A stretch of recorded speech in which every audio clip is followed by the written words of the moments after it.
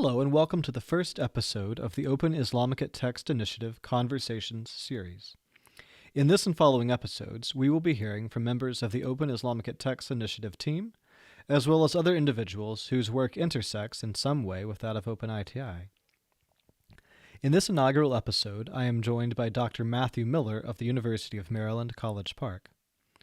Dr. Miller is, among many other things, one of the principal investigators with OpenITI, and in this episode we will discuss his somewhat winding path to Islamicate studies, his entry into the world of digital humanities, his work therein over the last several years, and what he sees as the particular challenges and the possibilities of Islamicate digital humanities in the years ahead. I hope you enjoy it. City where kind of famously the opening line when most personal interactions begin is, what do you do for a living, or for whom do you work?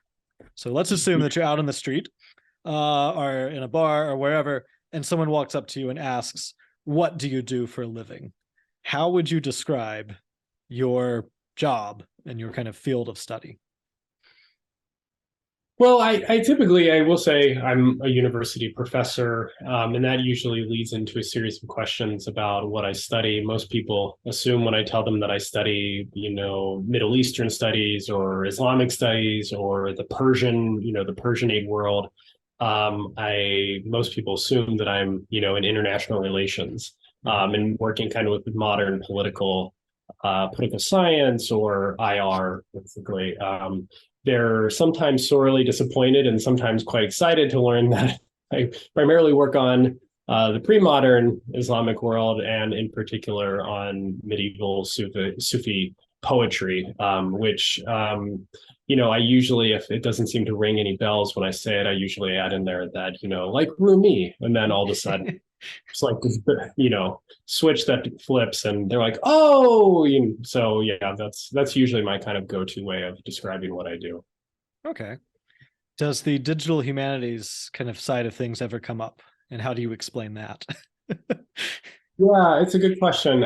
I mean, if they're interested, I will usually go on to talk a little bit more about the different areas that I work in. Some very traditional, literary religious studies kind of approaches to the subjects, and then also this new digital humanities method or field or collection of approaches, or whatever you want to refer to it as. And I will talk about it. I often find actually that people not in academia, not in particular in the humanities, a lot of this stuff just seems second nature. Like, well, of course, you should be working with these new digital tools, new digital technologies, because that is what everybody's doing. So I often get less of a surprise from them talking about that than I do that, that I'm studying medieval Persian poetry. That makes sense. People expect something with computers, but medieval Persian poetry is not something you probably hear every day in most places. In answer to that question. Okay, well, we'll come back to this issue of, our question of, what is or what are the digital humanities, and how you yourself might define them, particularly in relation to Islamicate studies. But before we do that, I would like for you to talk just a little bit about how, number one, you got into the study of medieval Persian poetry, which, it's not exactly an average occupation, but even more so, how you went from kind of a traditional religious studies approach to medieval Persian poetry and other Islamicate topics, to digital humanities applications, and eventually more than that, to a significant part of your own scholarly trajectory. So, first of all, how did you get into medieval Persian poetry? Yeah, well, like most things, it was largely not by accident, but kind of through a series of events that I would have never foreseen. In undergrad and undergraduate, my undergraduate studies, I primarily worked on, religion. It was an international studies major, so that basically allowed you to take classes from practically every different humanities and social science discipline and call that a major. And I was a kind of a post 9/11 child in the sense that I was in high school, junior of high school at 9/11. And so, of course, after 9/11, all the rage was, religion and politics. And, so I went into the university with that in mind, very quickly ditching my pre-med major to go in that direction. And I didn't actually, though, in undergraduate studies, really do anything in Islamic studies except for 1, 2 classes, maybe. I actually was focused much more on Latin America, on Spanish, and in particular, kind of modern religious thought, like liberation theology, and how that kind of created mass social movements on the left in Latin America. And it just kind of by chance, I ended up stumbling upon, while doing a final paper for a course, this kind of liberation theologian of the Islamic world named Ali Shariati. And I became very interested in him. He was a leftist intellectual, religious intellectual in kind of mid 20th century Iran. He was, very highly influenced by kind of the very strong Marxist communist Tudeh party in Iran during the 20th century. But he was also very religious. But religious in a kind of left progressive way that was different than what a lot of the clerical establishment was, which was in many cases much more conservative on a lot of the kind of socioeconomic issues. So he's often referred to as this kind of Islamic liberation theologian, and I stumbled upon him.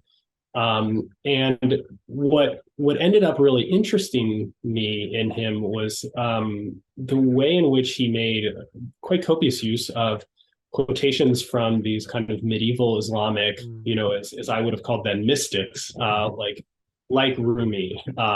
And it was very intriguing to me how he, at least in part, constructed this kind of leftist worldview and social critique, economic critique, by using these mystical, medieval mystics, to use very imprecise words.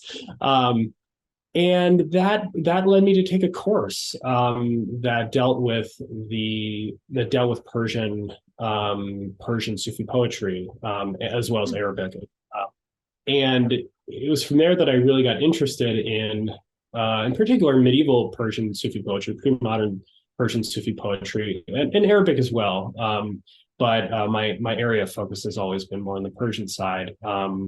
So yeah, that's how I got into it, at least into kind of Persian studies, Islamic studies, and we can do the digital next if you want. Although I am curious, had you been like a connoisseur and aficionado of like poetry just in general beforehand? Not really at all, to be honest with you. I mean, superficially, and I wasn't completely ignorant of it or anything, but it definitely was not something that I was particularly focused on. Wow, that's I mean, I know for a lot of scholars of like Islamicate history, we sometimes ignore poetry because it's difficult. Even those of us like myself who have an inclination to poetry. But that's really fascinating. And I'm assuming, did you take like Arabic and Persian courses like in undergrad, or did that come later? No, yeah, I mean, I didn't at all, actually. I took no Middle Eastern languages in undergrad. I did that all in I began it all in my master's years. And I did basically most of my master's was just doing language classes to get caught up to speed. Which, if you want to be a Persianist, it's somewhat difficult because you really have to have a high level of Arabic too to get in PhD programs. And there's really not that many places to do a focus in kind of medieval Persian literature, Persian Sufi literature. And so basically all of them have pretty high Arabic requirements, just as entry requirements. So I did this partially through university classes. I also went and lived in Egypt for 6 months and just did private coursework there to really, really advance my Arabic skills quite quickly. And meanwhile, doing Persian kind of all along the way as well. So yeah, it was a lot of language work in my master's years and even early PhD years too, because I didn't have that training in undergrad. Okay. Yeah, I mean that's more or less the same thing that happened to me. Towards the end of undergrad, I really got interested in Islamic topics, but we did not often like there was no Arabic option at my undergrad or anywhere within like 100 miles. So it was, sort of like after undergrad, I had to figure out a way to work that out. All right. Well, so I mean, I guess this kind of I think potentially leads into the question of digital humanities. So here you are working on medieval Persian poetry, acquiring your language skills and doing all the kind of standard stuff one does in graduate school, working up to a PhD. How did you go from that, relatively traditional trajectory to an interest in digital humanities and eventually a pretty significant contribution to Islamicate digital humanities? Mhm. What is the story of that? Yeah, so there's really, I think there's kind of two routes to that for me. First of all, I was in a comparative literature PhD program, so I was reading quite widely in kind of other literatures and how scholars have approached others.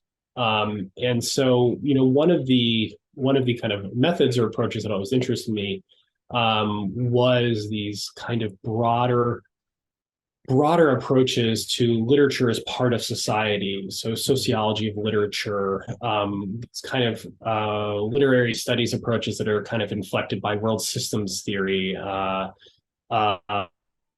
lot of these kind of get grouped under Marxist literary criticism. Raymond Williams, these kind of people, much later, Franco Moretti. So I was already quite interested in that, but I wasn't really clear at the time how to do that, because I didn't really think that the kind of tools and the resources really existed for medieval Persian. So it was not until there was kind of that intellectual interest that was always there. But it was not until actually I was working on my dissertation, I was kind of trying to address this very, in many ways, just like the most traditional philological kind of question of whether this genre of the Kalandariot was actually really a genre to medieval Persian poets, and there's good scholars who are on both sides of this debate, I guess you could say. And one of the most important ones, a very senior and prominent scholar who I was at a conference with one time when I was presenting on this, was just basically kind of like, yeah, I just don't really think that the calendariat are a genre. I think that this is something that is kind of used as a shorthand, but it refers to kind of a messy variety of different types of poems. And I just don't really think it's like useful as a kind of generic category. And I, being very early in the dissertation process, being very concerned about whether or not anything I was doing, as many of us are in these kind of dissertation days, makes any sense or is of any importance. I just immediately thought, I've got to figure out some way to like show that like what I'm saying is true, because if this big prominent scholar says my close reading of all this stuff is wrong, then who's ever going to believe me? And so it just got me thinking. I kind of went back to some of these ideas that I had mentioned before, that I was like, well, I wonder if I can actually pick up any kind of signal from these poems that would differentiate them from other thematic genres within Persian. And if it's consistent enough, then it would seem to indicate to me that there's actually something there, that clearly some of these medieval manuscript editors who did put these generic categories into their manuscripts were seen. And so anyways, I probably shouldn't go into too much detail about like what actually I did, but the short version is I took a medieval manuscript couple of Sana'is that were categorized thematically into these kind of content focused genres. And I basically annotated all the poems according to what the medieval manuscript editors classed them as. And then I used topic modeling to basically try to class and categorize them on a few different lines. And what I found was, I think, in a somewhat early and simple version of this kind of work, it did. I mean, there was really something there. There was a generic signal that was clearly present. And so, I felt like that was my nail in the coffin, that yes, these are real. So anyways, we moved on a lot since then, but this is how I got into it and got me interested. I'm curious, how did your PhD supervisor and committee and others sort of around you at the time respond to your your interest in digital methods?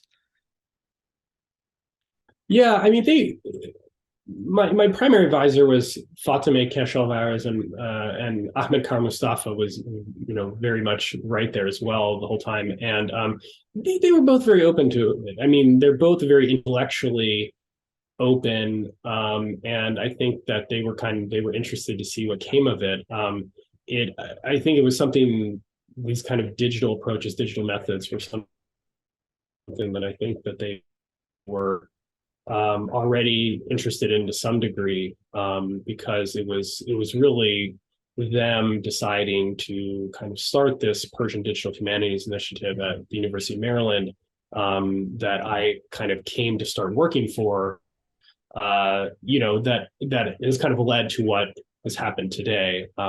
So yeah, they were, it was something that they already to some degree had an interest in. Mm-hmm. That definitely helps. Well, I think we'll probably do another conversation, maybe with a couple of other people at another time, about the kind of, if you will, history of OpenITI and kind of the trajectory of where it's gone over the last few years, because I do think that's probably something that multiple voices kind of we want to engage with. So I think what I want to kind of follow up then for you is really kind of your own reflections on, if you will, I don't know if if we want to call it a field or I don't know, an area, a morass, something of Islamicate digital humanities. So your own kind of reflections on the shape of things as they stand now. And perhaps also, I mean, if you want to, in kind of the wider digital humanities, kind of what you see that as being, for one thing, where you see things now and where perhaps you would like for things to go. If that kind of makes sense.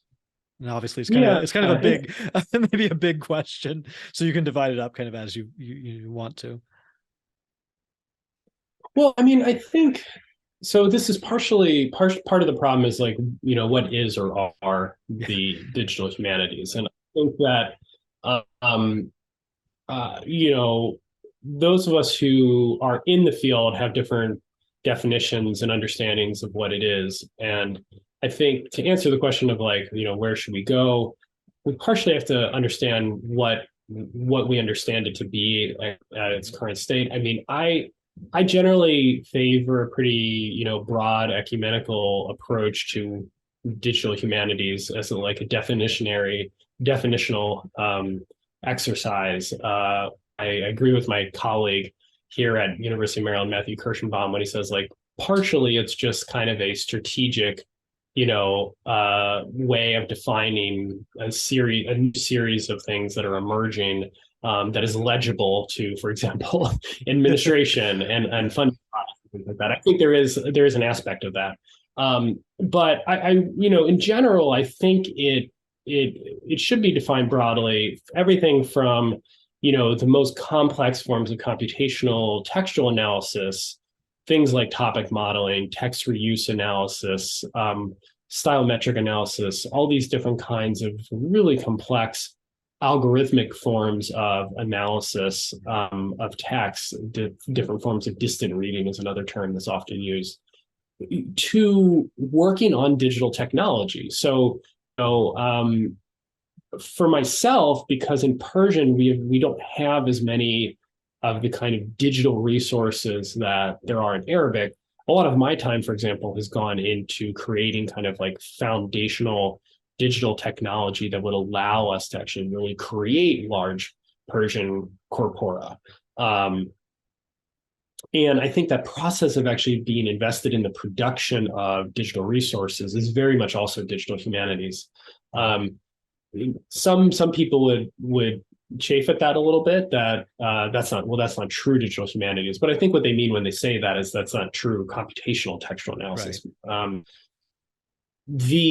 The other thing I would say is that I think there's this whole other kind of arena, which is another thing that we're starting to work on in OpenITI, and that's how does the digital present new affordances for the publication and presentation of text. So digital publication is, I think, a really important thing that we need to be involved with as scholars, because the way in which you present information is really important for what the user can actually do with it.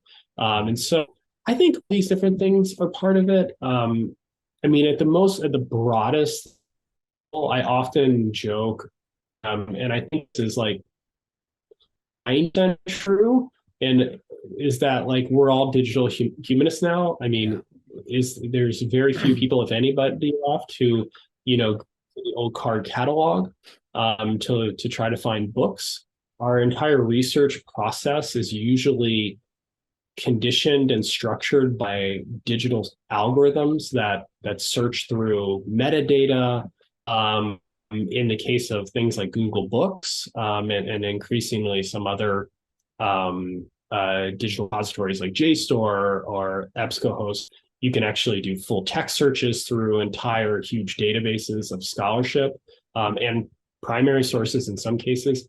The way in which we use search tool in our research actually in some ways I think make us from the beginning, because understanding how that actually how a search algorithm impacts what we find, I mean, that's the kind of the very base and foundation of what we do as scholars, as research. It's like, how do you find what you find?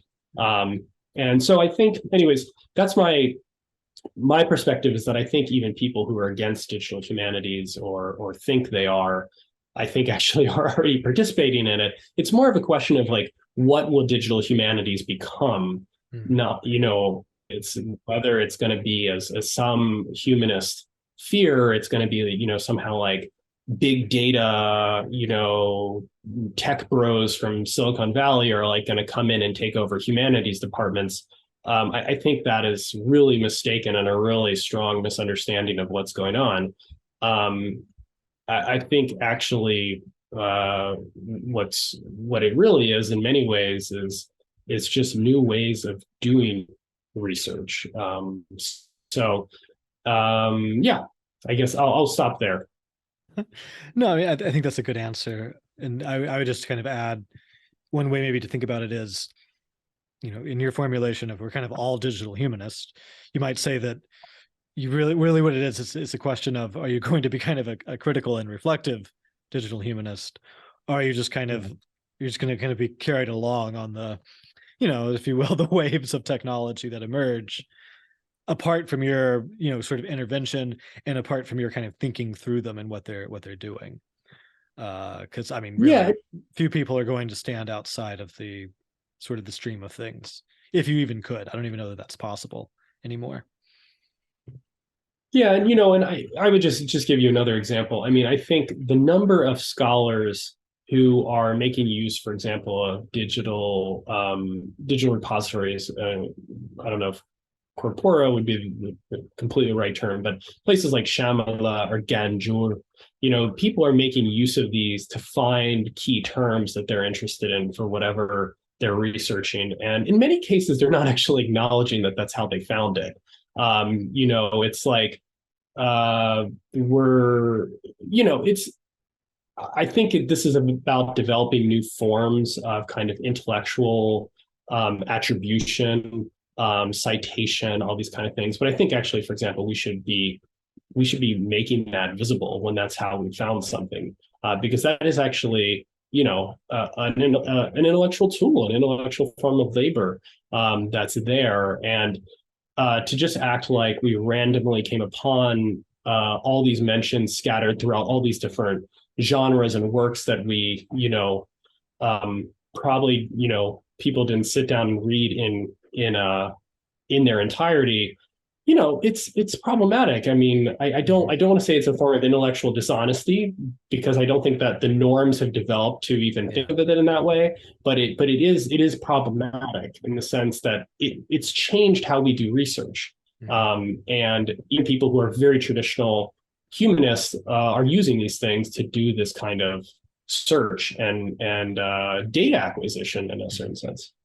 I mean, I think this is probably another conversation for another time, but if we think about emergent AI technologies and like, Chat GPT, there are kind of similar issues that are already starting to emerge, right? Like if you're using this technology as a kind of, I don't know, research assistant or I don't know, like, to generate prompts for writing or as the case may be, well, one, do you but note that? How do you incorporate that into the kind of the sort of standard apparatus of footnotes and attribution and things like that, and is this a legitimate usage? What is it? How does it intersect with concerns about authorship and copyright and all of these other things? So I do think something that I've noticed over the last really, I guess, few months is more people thinking about these issues primarily because of these AI technologies, but at least becoming somewhat more reflective about the sort of digital tools and methods that we've all already been using for a long time, but just we're kind of submerged, right? In fact, I mean that's sorry to editorialize, but a lot of the way the internet works, a lot of digital tools work is through this kind of submergence, right? It's like you do not notice what you are doing. And like if you think about the way a user interface works, it makes things feel natural and opaque. You don't see the kind of the hardware behind it all. Yeah. You don't see the people who, in fact, contribute to all of these things, who build the infrastructure and generate the data and all of that. So, so I mean, you kind of, I guess, in a way, I've already kind of addressed this, but where would you like to see maybe the digital humanities again? Using your maybe particular definition, where would you like to see digital humanities kind of go in the future? And in particular, what would you really like to see for Islamicate digital humanities? And you can be, not just practical, but if you're thinking kind of ideally and beyond perhaps the limits of what is actually possible at the moment, what would you really like to see happen? Well, let me answer this kind of in two different ways. In terms of Islamic digital humanities, Persian digital humanities, Arabic digital humanities, whatever you want to call all these different fields and subfields, I think there's two things that I would like to see. One is that we really need to expand the work that we're doing into other Islamicate languages. So we're starting to do this in OpenITI, moving to take like the OCR technology that we've developed and expand it to a lot of in Turkish and Urdu. But I mean, these are really just tips of the iceberg. We need to be working in many other Islamicate languages, quite frankly. So I think that's important. Extending access to these tools to people who are working in many other languages. I think also, speaking myself as a primarily a Persianist, I want to see the focus that I want to see the resources that, for example, we see with Arabic. We have something like 4 billion words of Arabic in the OpenITI Arabic corpus, and we probably have something like 12 million words of Persian. And Persian is, the other major kind of high language of the Islamicate world. You can imagine what the situation is like for other languages, other Islamicate languages. We really need to do kind of foundational infrastructure building in these languages, and that takes a lot of time. It takes a lot of energy. It takes, quite frankly, in many cases, a lot of money to do this kind of work. So I'm a big believer in like starting with the basics and doing that, which is one of the reasons, for example, like despite doing that kind of like computational textual analysis, topic modeling work in my dissertation, I haven't really followed up on it much because I think actually there's so much kind of more foundational work that needs to be done. And I think, and this is something maybe like a hope for the field, it's like, I would like to see this kind of work of building the kind of digital infrastructure, building these digital resources, scholarly resources, conceptualized in the field very much in the way that, for example, creating print critical editions was for many of the, quote unquote, Orientalists working, in the early 20th century or late 19th century. This was major scholarly work to produce these editions, and it still is. Many people are still doing this work.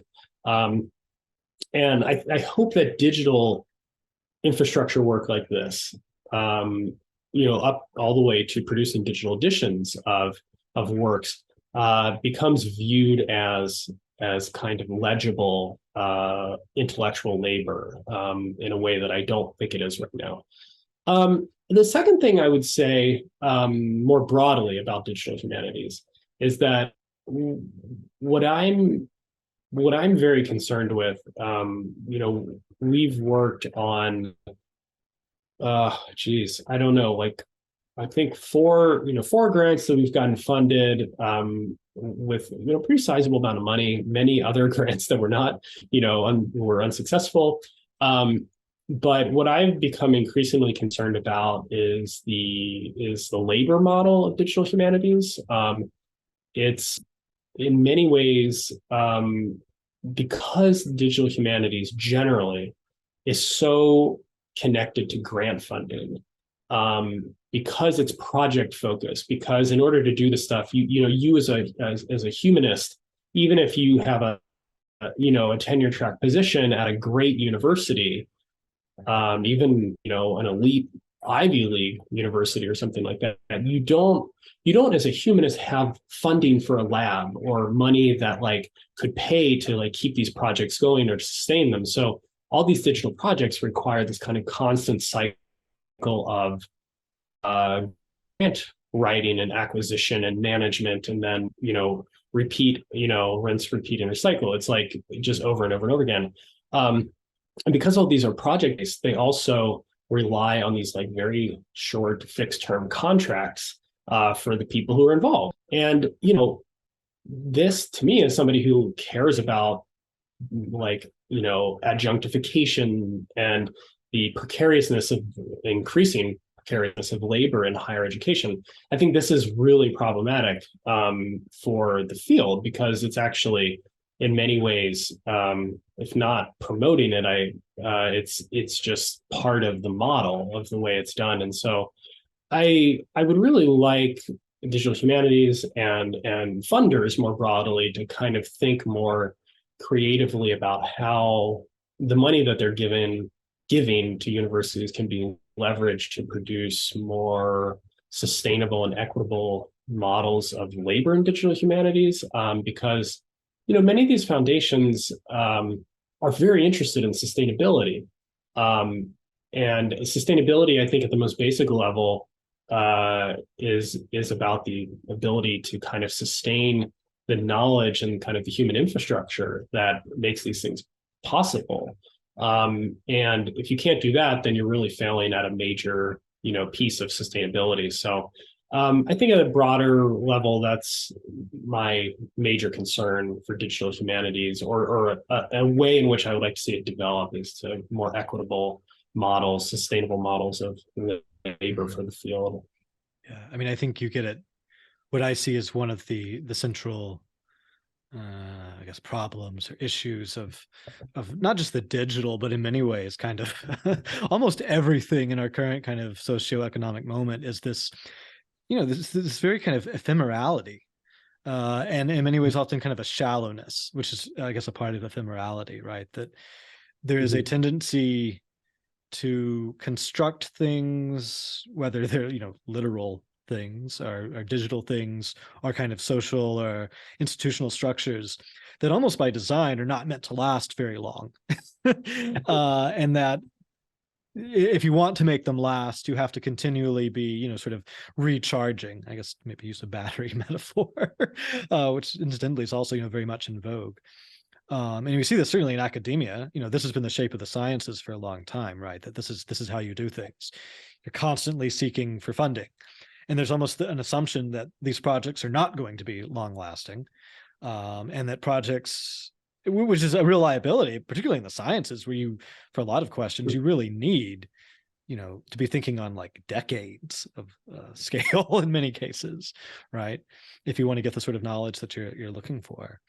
But it's just so much of, we're sort of socially and technologically, we move towards this sort of ephemerality and rapidity, right? It's like if things happen, they're on the surface, they're a big deal, then they just kind of pass away. Yeah.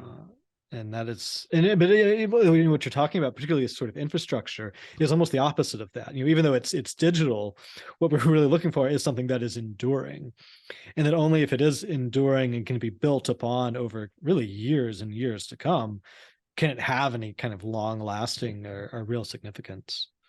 But yeah, I won't ask you to say how we should solve this, because obviously it's a really big problem. But it's good to bring it up. Well, yeah, I mean, I'll give you the answer you didn't ask for, at least my version of it. I mean, it's a political problem, more broadly, and that's only going to be changed by organizing, basically. So, yeah, which is, there's whole, it's like so many things where it's a sort of self-reinforcing, where like political economy and organizing is difficult in part because of the ephemerality of everything. There's these sort of mutual feedback mechanisms that make solutions difficult, even if you can conceptualize them. But anyway, I don't want to end on a down note, so let me let me try to think of something positive. I didn't mean to end on a kind of a downer, so I'll have to come up with something.